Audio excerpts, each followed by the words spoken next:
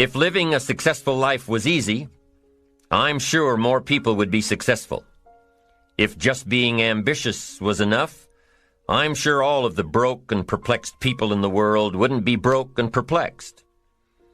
While most people spend most of their lives struggling to earn a living, a much smaller number seem to have everything going their way.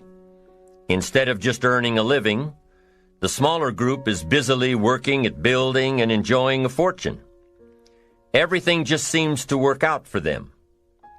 And here sits the much larger group, wondering in awe on how life can be so unfair, complicated, and unjust. So what's the major difference between the little group with so much and the larger group with so little?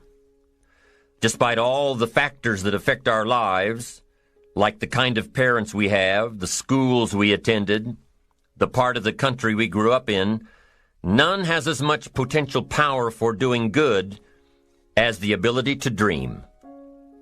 Dreams are a projection of the kind of life we want to lead. Dreams can drive you. Dreams can make you skip over obstacles. When we allow our dreams to pull us, they unleash a creative force that can overpower everything in our way. To unleash this power, though, your dreams must be well defined. A fuzzy future has little pull power. Well-defined dreams are not fuzzy. Wishes are fuzzy. To really achieve your dreams, to really have your future plans pull you, your dreams must be vivid. If you've ever hiked a 14,000-foot peak in the Rocky Mountains, one thought has surely come to mind.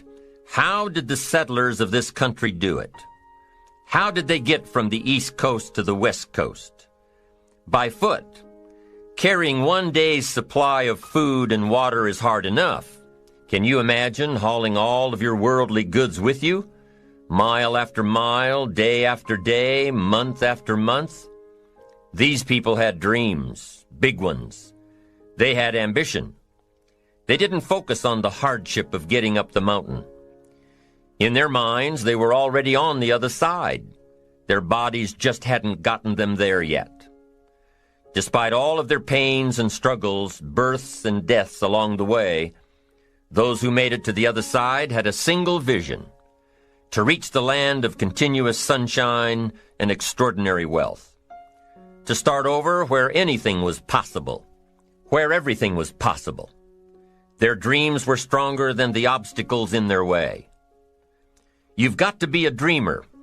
You've got to see the future finished in advance. You've got to see California while you're climbing 14,000-foot peaks. You've got to see the finish line while you're running the race. You've got to hear the cheers when you're in the middle of a monster project.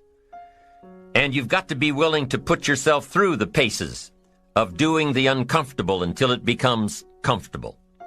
Because that's how you realize your dreams. They've always been important. Dreams are what caused thousands of people to leave their homes and families and start over in a land where anything was possible. To this day, dreams continue to bring people to our land of opportunity, to a country where you can start with little and end up with a lot. Ben Franklin gave us 3 principles of success and ambition that have withstood the test of time. Number 1, happiness doesn't come from big pieces of great success, but from small advantages hammered out day by day. What Mr. Franklin is saying here is that we must be happy with what we've got when we're in pursuit of what we want. Too often we say, "Oh, I'll be happy when I just get that promotion. I'll be happy when I just land that contract. I'll be happy when I just have more money. I'll be happy when I just..." Just what? You won't be any happier when you reach your goals than you are right now. It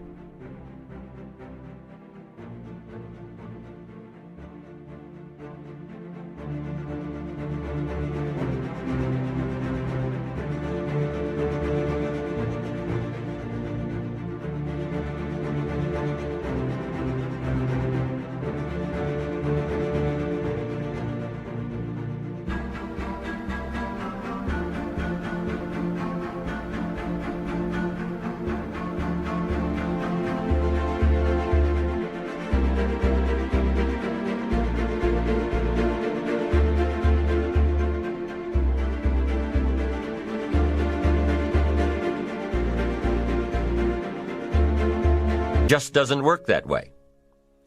Abraham Lincoln said it best. He said, "You'll be as happy as you make up your mind to be." Right now, whether you're on your way, whether you've already gotten there, you'll be as happy as you make up your mind to be now. Right now.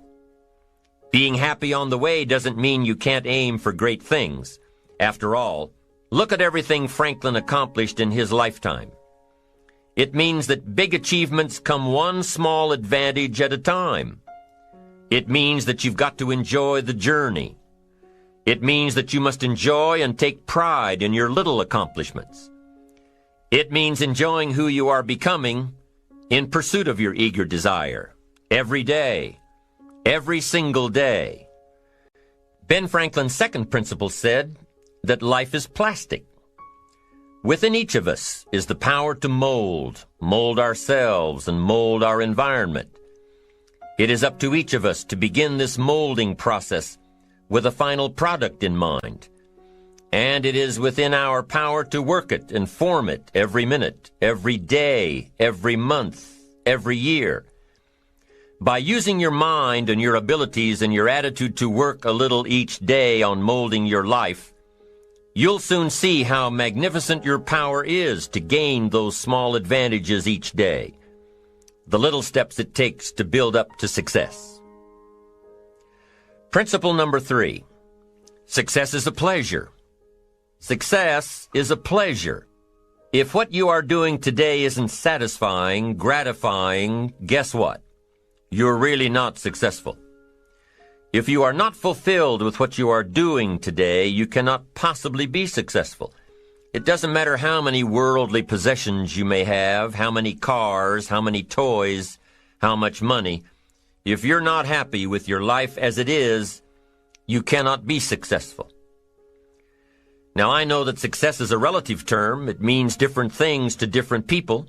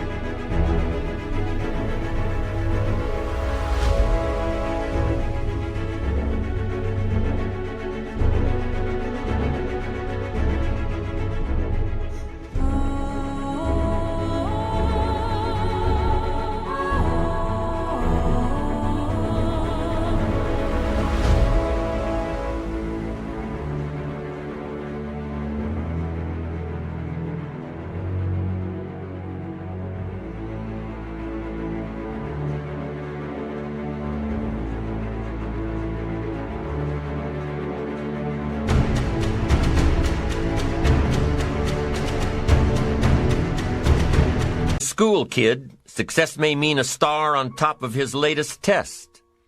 To a homemaker, it probably means that she has a well-run household and a wonderful family. To an outside professional, it's most likely the thrill of closing a major contract, or the pride in accepting a performance bonus, or being named the top-producing salesperson. But the one thing you will hear from everyone who is successful is that they are happy with who they are and what they are doing. They are happy, content, satisfied. Success is a pleasure. What have you done today that makes this day successful? Think about it and write it down. If at the end of the day you can jot down the things that have made it a good day, you will soon see patterns forming. This really is a good habit to get into. When you can see a pattern of pleasure, you'll know you're on the road to success. So take note of Mr. Franklin's 3 principles of success and ambition. Number 1, big achievements come one small advantage at a time. One step at a time, one day at a time.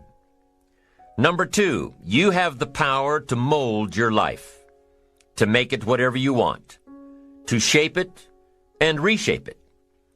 And number 3, success is measured through pleasure. This is the key one. Success is measured through pleasure. You've got to be happy along the way. You've got to learn to give yourself a pat on the back. Good job, you need to tell yourself. I'm proud of me today. You've got to be happy. You've got to learn to enjoy the process. These are really common sense ideas. They're practical. There's many parts to image. The image that others see you as, the image you have with other people. And it's very important how other people see you. If they don't see you as a leader, chances are they won't pay attention. If they don't see you as being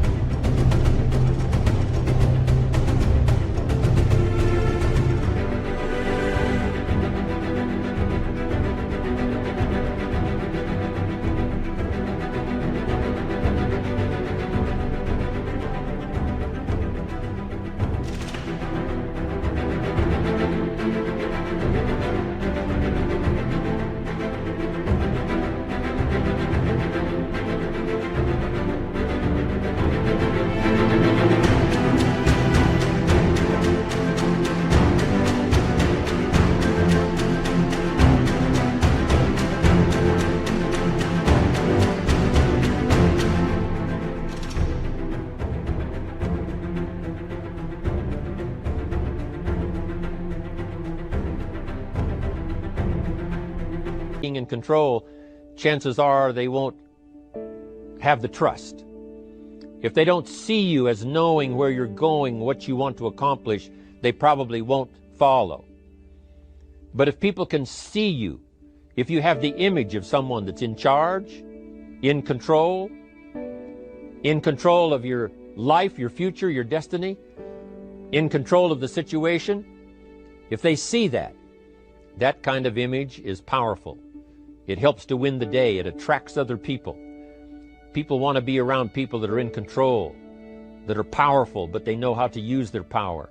Influential, but they know how to use their influence. That kind of image is important. But here's a very important image, and that is your image of yourself. The way you dress, the way you talk, the way you think, your capacity for learning, all of that is an important image that you have of yourself. The image that you have that if it needs to be learned, you could learn it. If there's a book that needs to be mastered, you could master it. If there's a skill that needs to be learned, why couldn't you get busy now and learn that skill? That kind of self-image, that I am continually trying my best to be the best I can.